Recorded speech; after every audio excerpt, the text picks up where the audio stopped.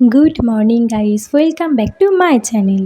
তো দেখো সকাল সকাল আমি ছাদে চলে এসেছি, আর এদিকে দেখো আমাদের বাড়ির পাশে কাশফুল ফুটেছে। এখন দুর্গাপুজো চলে এসছে, তো কাশফুল ফুটেছে দেখে মনে হচ্ছে যে পুজো আসছে। আর দেখো সকালটা কত সুন্দর। তো দেখো আমি রান্না করতে চলে এসেছি, আর আমার শ্বশুর বাজার নিয়ে এসছে। তো দেখো আমি বেগুন আলু কেটে নিয়েছি, তেলাপিয়া মাছ এনেছে, তো এটা দিয়ে করবো। আর এদিকে দেখো আলু এনেছে, এদিকে মাছটাও আমি ভেজে নিয়েছি, আর এদিকে দেখো আলু বেগুন সব ভাজা হয়ে গেছে আমার।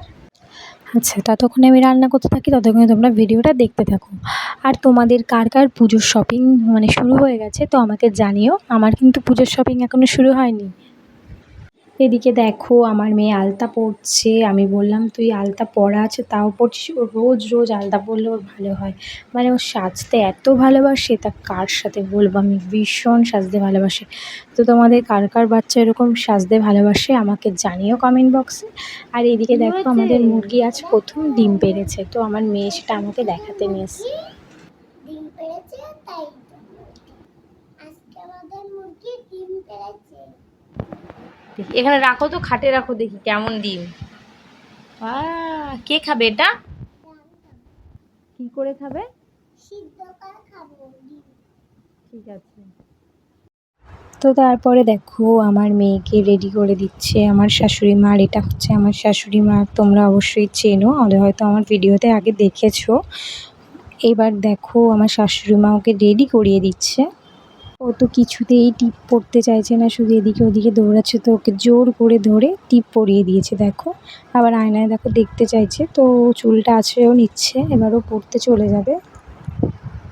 তো দেখো আমার শাশুড়ি মা এবার ওকে দিয়ে আসবে পড়তে। তো চলে গেলে আমি পুরো একা হয়ে যাই, আমি চুপচাপ বসে বসে আমার সময় কাটে না। ও থাকলেও অনেক দুষ্টুমি করে, তো ওগুলো দেখেই আমার সময়টা আর কি কেটে যায়।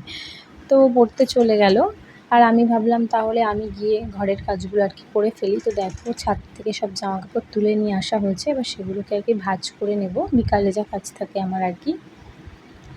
তো আমি জামাকাপড়গুলো সব ভাঁজ করে বিছানার চাদরটাকে আর কি পাল্টে নেব। তো দেখো আগের দিনের জামাকাপড় কিছু ছিল যেগুলো আমার আর কি ভাঁজ করা হয়নি, তো সেগুলো সব একসাথে আমি আর কি আজকে ভাঁজ করে নিচ্ছি। কিছু জামাকাপড় আমি বাইরে রাখবো, আর কিছু জামাকাপড় আমি ঘরে রাখবো।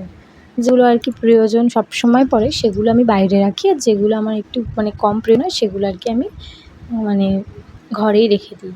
আর এদিকে দেখো আমি বেডশিটটাকে আজকে চেঞ্জ করে নিচ্ছি।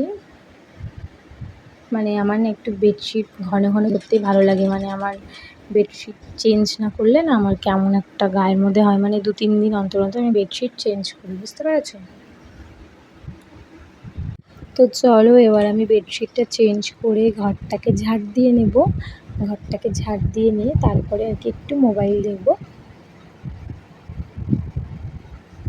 তো দেখো আমার বেডশিট চেঞ্জ করা হয়ে গেছে, আর এদিকে আমি ঘরটাকে ঝাড়পোছ করে নিচ্ছি একটু। এত ধুলো যে কোথা থেকে আসি বুঝতে পারি না, রাস্তার ধারে তো আমাদের বাড়ি না, তাহলে এত ধুলো কোথা থেকে পড়ে আমি তো বুঝতেই পারি না। নিশ্চয়ই মনে হয় আমার মেয়ের জন্যই হয়, কারণ ও খালি পায়ে বারবার দৌড়ে দৌড়ে বাইরে যায়, ঘরে আসে। আর এইদিকে দেখো আমার উপরে এসে মুরগিটা ছেড়ে দিলাম, 2টো মুরগি আগেই বেরিয়ে গেছে, আর একটা মুরগি আর কি বন্ধ হয়েছিল। তো ও আর কি ভাবছিল যে আমি কখন বেরোবো, তো আমি ভাবলাম যাই ওকে একটু বের করে দিই, তো ওই জন্য আমি ওকে দেখো বের করে দিলাম। ও লাফ দিয়ে দেখো নিচে পড়লো। এবার 3টে একসাথে হয়েছে, তো ওরা খেলা করছে আর কি। তো বিকালবেলা ছাদে আসতে আমার খুবই ভালো লাগে, মনটা আর কি ভালো হয়ে যায়। দেখো চারিদিকটা কত সুন্দর লাগছে, দারুণ লাগছে। তো চলো আজকে এই পর্যন্তই, দেখা হবে অন্য কোনো দিন অন্য কোনো ব্লগে। ততক্ষণের জন্য তোমরা ভিডিওটা দেখতে থাকো, আর পরের ভিডিওর জন্য ওয়েট করো। আর নতুন হয়ে থাকলে আমার চ্যানেলটা প্লিজ সাবস্ক্রাইব করে দিও, লাইক কমেন্ট করে দিও। আর যদি কোনো ভুল হয়ে থাকে প্লিজ আমার কমেন্টে জানিয়ে দিও, আমি সেটা ঠিক করার চেষ্টা করব। তো ততক্ষণে সবাই ভালো থেকো, চলো টাটা, বাই।